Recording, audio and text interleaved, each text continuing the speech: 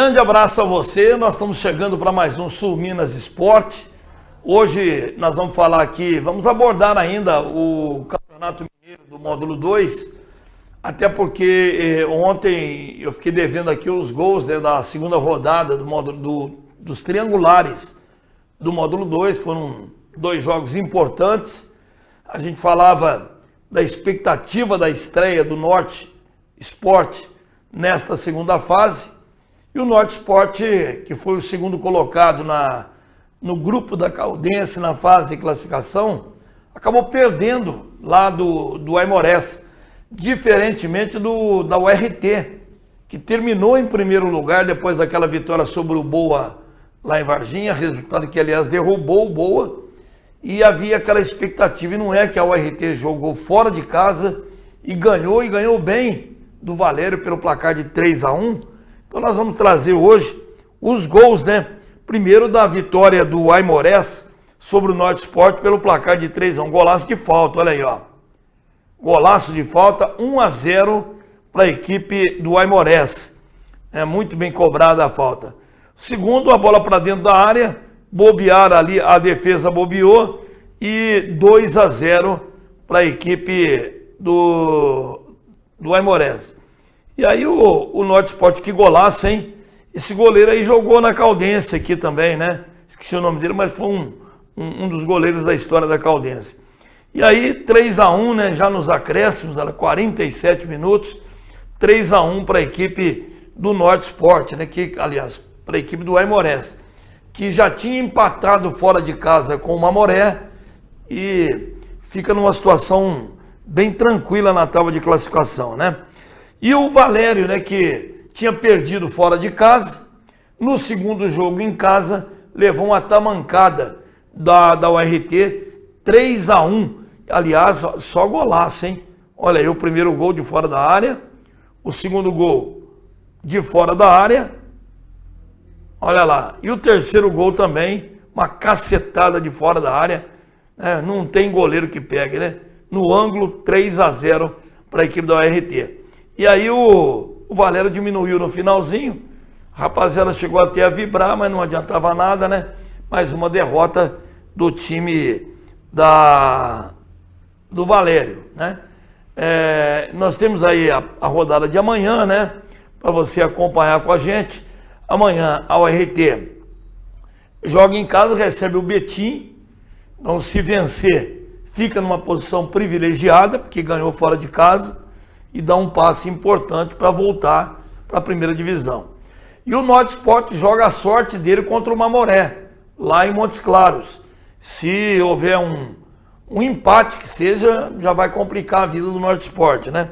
Que começou o campeonato como uma séria candidata, a equipe do Norte Esporte, como uma séria candidata a subir, e de repente, nesta fase, já no último jogo, né? Perdeu aqui em Poços para a equipe da Caldense, se bem que aqui jogou com o time reserva, mas depois se esperava mais, né, desse jogo lá contra o Aimorés, perdeu e agora tem essa chance aí, olha.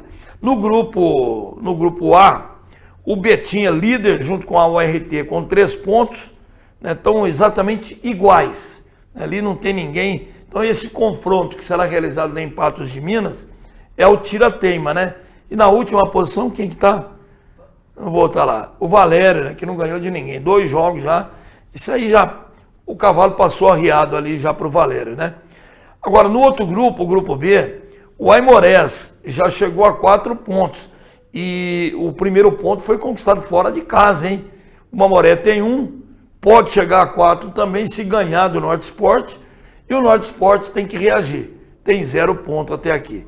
Então, é a história do módulo 2 do Campeonato Mineiro. Nós estamos acompanhando porque a Caldense participou da primeira fase, não foi feliz, né? Aliás, quase correu um sério risco, na verdade, de cair para a segunda divisão, escapou na última rodada, mas nós vamos ver quem vai subir. Então, nós vamos acompanhar até o final para ver quem compõe o grupo de elite do futebol mineiro no ano que vem. Eu queria falar também de um amistoso de futsal que vai acontecer na Caldense, amistoso de futsal 35 mais, né? Que é uma movimentação desse time acima de 35 anos, que o Beloto é o cara que coordena o futsal lá na Caldense, está sempre colocando em evidência o pessoal que parou de jogar o futsal em nível competitivo, mas não deixa de fazer os jogos amistosos por aí afora. Então a Caldense vai jogar diante do Grêmio Poços de Caldas. Esse jogo será hoje, né? Será hoje às 8 da noite lá no ginásio Ronaldo Junqueira, lá na sede social da Caldense. Então fica o convite para você que gosta do futsal, que tem saudade daqueles craques que nós tivemos aqui, alguns ainda em evidência, né, e jogam ainda bem, para a gente matar a saudade, tanto pelos lados da Caldense, quanto também pelos lados do Grêmio, né, que é o outro time aí que vai enfrentar a veterana. Bom, eu queria falar aqui também da NBA National Cup, né, que aconteceu aqui em Poços de Caldas, e sem dúvida alguma é uma modalidade do basquete, né, principalmente, que atraiu grande público aqui em Poços de Caldas. Então, eu queria falar que as finais foram realmente fantásticas no último domingo. A rodada de decisões que aconteceu encerrou a NBA National Cup, o maior campeonato promovido pelo programa NBA Basketball School no mundo, com um excelente público, inclusive nas arquibancadas. As 4 finais, nas categorias sub-12 e sub-15 masculino e feminino, foram marcadas pelo alto nível de basquete e pela emoção no ginásio da Associação Atlética Caldense, aqui em Poços, né? O Colégio Bandeirante de São Paulo, o Clube Monte Líbano do Rio de Janeiro, o Recanto Verde Sol Basquetebol de São Paulo e a Associação Amigos do Basquete de Palmas, Tocantins, foram os primeiros campeões da história desse evento. O Daniel Soares, diretor de operações de basquetebol da NBA para a América Latina, destacou aí o alto nível e agradeceu inclusive o acolhimento que todos tiveram em Poços de Caldas. Olha, gente, nomes importantes do basquetebol brasileiro marcaram presença, como o Bruno Fiorotto, o Raul Toni, que já é coisa nossa, né? Já é um atleta, vamos colocar aqui, Poços Caldense, né? A Mari Camargo, o Arthur Belchior, todos com passagem pela seleção brasileira, e o Carlos Renato dos Santos, que é árbitro de 2 finais olímpicas, né, em Sydney no ano de 2000 e em Atenas 2004. E além deles, a Ellen Luz, ex-Woman NBA, campeã mundial e medalhista olímpica, o Alex Garcia, ex-NBA e ex-capitão da seleção brasileira, receberam camisetas douradas e passam a ser, a partir de agora, oficialmente embaixadores do programa NBA Basketball School no Brasil. Parabéns ao evento grandioso que reuniu grande público, reuniu personalidades do basquetebol em todo o mundo, né?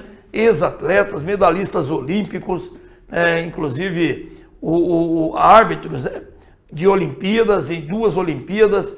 Parabéns e tomara que a gente tenha novamente esse evento em Poços, porque ficou marcado como talvez o maior do mundo dentro desta categoria, né, de escolas afiliadas à NBA. Parabéns.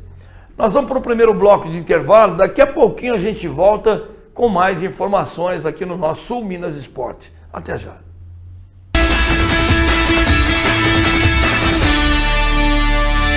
Plano São Luís, o plano funerário de Poços de Caldas. O plano da tradicional floricultura São Luís, assistência funeral completa em Poços e região. Apoio aos convalescentes com carro que leva e busca em consultas e exames médicos. No Plano São Luís, você encontra assistência funeral mais completa para esse momento tão delicado, com muito carinho e profissionalismo. Conheça nossos planos a partir de R$ 39,90. Plano Funerário São Luís. Esse é de Poços. Esse eu confio. Avenida Francisco Sales, 86, 3042, 2480. Estamos aqui, vivendo o dia a dia das nossas cidades. Somos vizinhos, conterrâneos e profissionais de saúde. Uma rede de pessoas que cuida e coopera para levar tranquilidade e qualidade de vida a cada canto do Brasil. O maior sistema cooperativo de médicos do mundo está aqui. Aqui tem gente. Aqui tem vida. Aqui tem Unimed.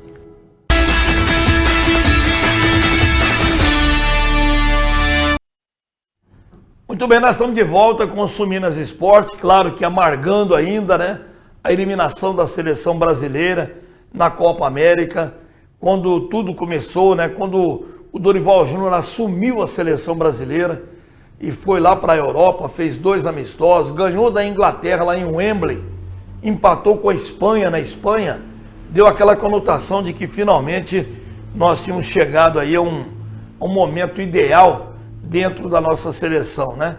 Inclusive depois tivemos 2 amistosos já nos Estados Unidos, antes da Copa América, a vitória diante do México, o empate contra os Estados Unidos, deu aquela expectativa de que o Brasil faria uma boa Copa América.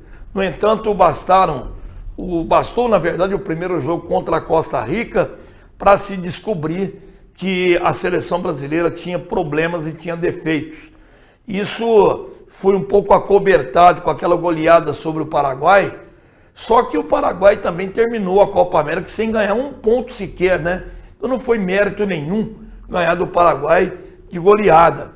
E depois, né, no último jogo já a gente percebeu contra a própria Colômbia que o time tinha deficiências, a Colômbia envolveu o Brasil, mesmo a gente tendo uma penalidade máxima não marcada a favor do Brasil, a gente pode dizer que o time foi incompetente. A Colômbia jogou mais do que o Brasil naquele jogo. Aliás, mostrou que é uma das sérias candidatas ao título da Copa América. E contra o Uruguai, nós vimos agora há pouco ali as cobranças de pênaltis. Você viu e, lamentavelmente, os nossos cobradores deixaram a desejar, né? Bom, o Brasil ainda tem 6 jogos nesse ano. Todos pelas eliminatórias da Copa do Mundo, né? Para a Copa do Mundo. Evidentemente que precisa melhorar muita coisa, né? Não acho que tem que ser trocado o treinador de novo, não. O Dorival Júnior é um cara competente, agora ele vai ter que mudar, né? Tem jogador aí na seleção brasileira que está na hora de, sabe, de cuidar de outras coisas, esquecer a seleção. Evidentemente que tem coisa boa também, né? No contexto individual ficou a desejar, mas num contexto coletivo, a partir de agora tem que ser melhor preparada a seleção. Eu diria que o Vini Júnior, o Rodrigo, né, o Hendrick, tem mais gente chegando aí, o Estevão, que é um garoto de 16 anos, 16 ou 17, não me lembro, do Palmeiras, hoje é o maior craque do futebol brasileiro, sem dúvida alguma. O gol que ele fez no último jogo do Palmeiras aí, ele tem feito exatamente outros gols da mesma forma, um cara que joga muita bola. Então até a Copa do Mundo tem muito tempo para ele ser moldado, lapidado e jogar. Então, gente, é preciso arrumar a seleção. Será que só fora do Brasil tem craque? Aqui também tem, é só colocar uma visão mais detalhada sobre alguns craques que vivem hoje no próprio futebol brasileiro. Eu falei aqui do Estevão, é um deles, mas tem mais gente, né? É só vasculhar, alguns nem foram, acho que o Pedro não foi, porque o Flamengo foi o time que mais cedeu jogadores para a Copa América, não só para o Brasil, claro, né? Só para o Uruguai foram 2 ou 3, né? Rascaeta, o De La Cruz e outros, né? Então, é por isso que talvez a CBF não tenha levado o Pedro, mas tem mais jogadores de boa qualidade técnica que podem ser chamados.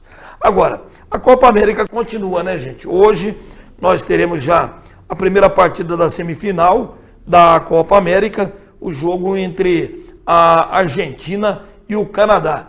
Esse banner aí é um banner que foi colocado pela Conmebol, né? Em todos os jogos ela faz essa divulgação e é o confronto de hoje, 9 da noite, lá nos Estados Unidos, né? E claro que a Argentina é apontada como uma franca favorita, Mas o Canadá não chegou por acaso aí, onde chegou, né? No primeiro jogo, na estreia da Argentina, até por coincidência, foi contra o próprio Canadá. A Argentina venceu por 2-0, mas passou grande parte do jogo encontrando dificuldade para fazer o primeiro. Então, tomara que hoje a Argentina confirme que ela é a grande campeã do mundo para arrumar um bom resultado aí diante do Canadá. E amanhã, mais um jogo, né? Amanhã nós teremos um jogo entre o Uruguai e, aliás, a Colômbia e o Uruguai. Manda da Colômbia, né? Que foi a melhor classificada. Você viu ali a Colômbia comemorando o gol e tá vendo também o Paraguai, né? O Uruguai, melhor dizendo, comemorando gols nessa Copa América. Então vai ser um jogaço também amanhã. Então hoje e amanhã vai se definir quais serão as duas equipes que chegarão à final da Copa, da Copa América. Claro que a Argentina é apontada como franca favorita, eu repito, mas esse confronto de uruguaios e colombianos é para a gente assistir e esperar para ver acontecer. Na minha opinião, a Colômbia está jogando mais do que o Uruguai e está jogando mais do que a própria campeã do mundo, que é a Argentina. A Colômbia, na minha opinião, 27 jogos invicta a equipe da Colômbia. Então, para ficar sendo observada com bastante ênfase e bastante detalhes para quem gosta do futebol bem jogado. Para mim, a Colômbia é o melhor time da Copa América. Claro que até as eliminatórias, muita coisa muda, a própria seleção brasileira vai melhorar e tem que melhorar. A Argentina tem que voltar a jogar no nível que terminou a última Copa do Mundo. O Uruguai é uma seleção que, um país de 3,5 milhões de habitantes, é 1/3 da população da cidade de São Paulo, todo o país, eles conseguem fazer cada seleção. Centroavante lá parece que nasce de punhado, né? Porque, ó, Cavani, Soares, agora tem esse outro que está fazendo gols aí aos borbolhões. É brincadeira, né? O Uruguai sempre montou grandes seleções. Vamos fazer o seguinte, mais um pequeno intervalo, a gente volta para o tapa final aqui dentro do nosso Sul Minas Esportes. Até já.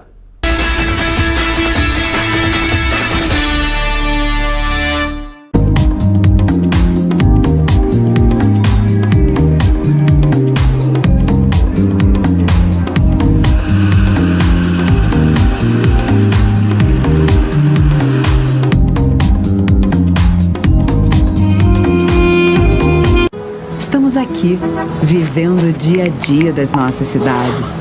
Somos vizinhos, conterrâneos e profissionais de saúde. Uma rede de pessoas que cuida e coopera para levar tranquilidade e qualidade de vida a cada canto do Brasil. O maior sistema cooperativo de médicos do mundo está aqui. Aqui tem gente. Aqui tem vida. Aqui tem Unimed.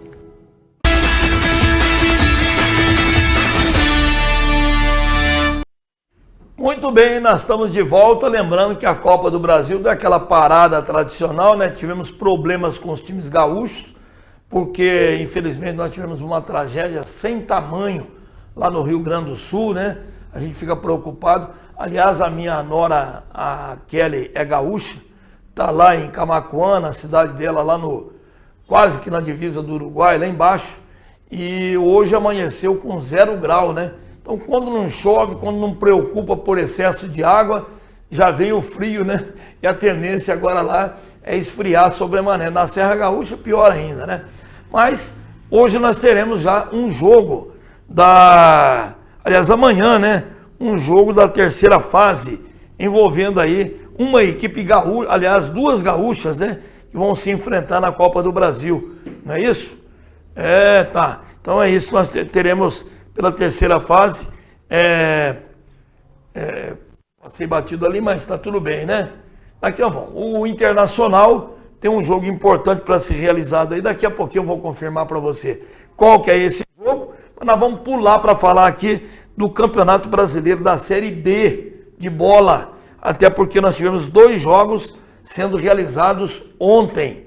Ontem nós tivemos aí o Avaí, bom para o Santos, né? Primeira derrota do Marcelinho Albino, que é auxiliar técnico do Loser lá no Avaí. e perdeu do Novo Horizontino por 1-0. Então, 10 jogos, a primeira derrota da dupla que está dirigindo tecnicamente lá o Avaí. 1-0 para o Novo Horizontino. E o Amazonas perdeu em casa, lá em Manaus, para o Vila Nova de Goiás, pelo placar de 2-1. Vamos ver como é que ficou a classificação depois desses 2 jogos aí. O Santos é líder. Silas Lafayette, ó, o Santos, hein? O meu time vai voltar para a primeira divisão, hein? Santos 25, junto com a América, que tem 25 também. E na terceira posição, o Vila Nova, com a vitória de ontem, foi para 24. E o Sport o Sport pode passar o Santos, hein? Tô falando aqui, mas ó, o Sport tem 23. Se ganhar o jogo que tem a menos, pula para 26 e fica na frente do Peixe. Mas o Santos está contando com a sorte também, hein? Ontem o Avaí ajudou o Santos na derrota. Aí depois tem, ó, já fora do G4, hein? O Avaí, o Novo Horizontino, o Operário de Ponta Grossa, o Goiás, o Coritiba, o Mirassol, o Ceará, a Chapecoense, a Ponte Preta, o Botafogo de Ribeirão Preto, o Paysandu e o Amazonas, que é o primeiro fora da zona vermelha, fora da zona do rebaixamento. E na zona vermelha, o CRB de Alagoas, 13, junto com o Brusque de Santa Catarina, que também tem 13. O Ituano, que é um time aqui do interior de São Paulo, próximo a nós aqui de Minas, 11 pontos. E o Guarani, que é de Campinas, só meia dúzia de pontos. O Bugre, viu, André Luiz? André Luiz Juliano, o narrador lá da Rádio Arquibancada. O Bugre vai cair para a Série C, hein?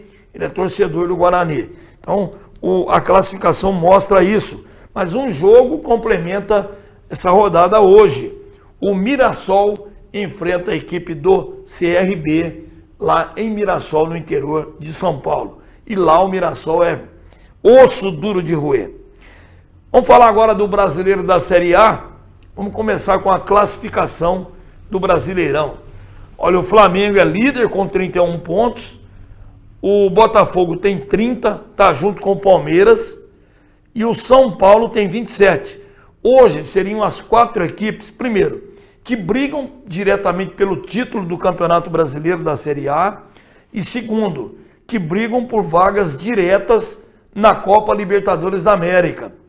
E aí naquela zona azul estão o Bahia com 27 e o Atlético Paranaense com 25.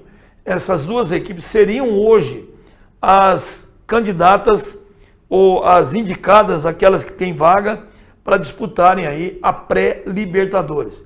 Agora, essas vagas aí, elas mudam de conformidade com o que os clubes apresentarem lá em cima. Por exemplo, se o Cruzeiro, né, conseguir uma vaga ali em cima, aumenta a vaga até para a Copa do Brasil. Então tem muita gente de olho em vagas que os clubes dentro do campeonato, dos campeonatos estaduais, possam produzir.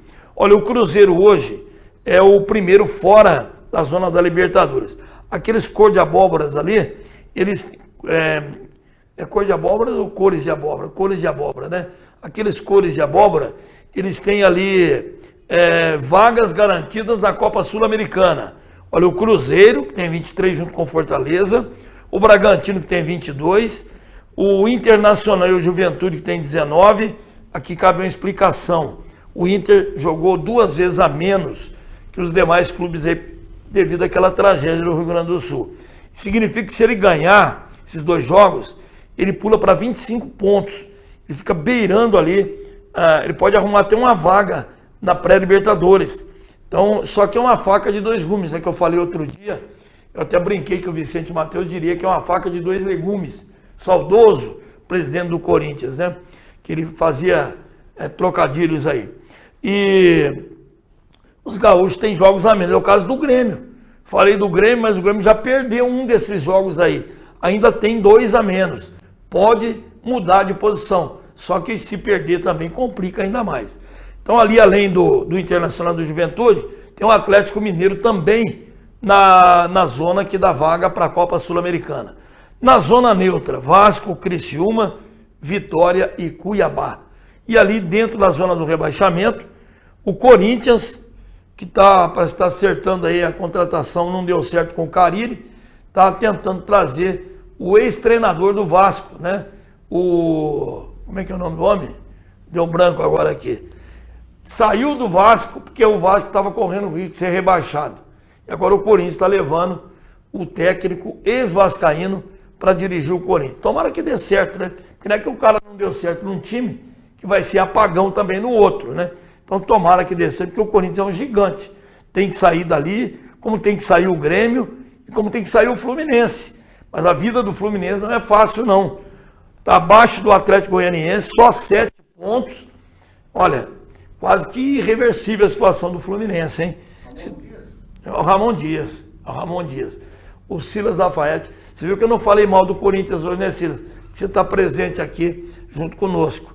Mas o Ramon Dias não deu muito certo no Vasco e agora deve ser, parece que está tudo certo já para assumir o Corinthians. 2 jogos serão amanhã. Vamos conferir? Os 2 de amanhã? Esses jogos na quarta-feira, né? 3 na verdade. Grêmio enfrentando o Cruzeiro, o Vasco enfrentando o Corinthians, e aí se o Ramon Dias de fato estiver no comando técnico, ele pode até ficar no banco lá, né? Contra a ex-equipe dele. E o Atlético Paranaense que pega o Bahia. Tem mais jogos na quinta. Vamos conferir os jogos da quinta. 5 jogos na quinta-feira. Palmeiras e Atlético Goianiense, Flamengo e Fortaleza, Criciúma e Fluminense, Atlético Mineiro e São Paulo e o Vitória do Thiago Carpini recebendo o Botafogo, que é o time do coração do simpático Dr. Glaucir Antunes Modesto, né? Sucesso para o Fogão, então, enfrentando o Vitória lá no Barradão, em Salvador. Meus amigos, estamos encerrando o programa de hoje. Eu convido você para que esteja conosco amanhã, a partir do meio-dia, porque teremos muito mais informações. Pode surgir novidades aí do Vulcão, hein? Eu tenho uma informação que o Vulcão está conversando com alguns empresários. Não consegui confirmar essas informações com nenhum dirigente do Vulcão. Tentei um contato com o presidente Alessandro Gaiga, não consegui. Mas parece que tem um grupo de São Paulo, já esteve aqui, está conversando, negociando, faria um depósito para custear todas as despesas do campeonato, traria a esse grupo alguns jogadores. Vamos esperar a palavra final e oficial do Vulcão para a gente informar oficialmente e não oficiosamente, como eu estou falando aqui, tá bom? Um grande abraço e até amanhã.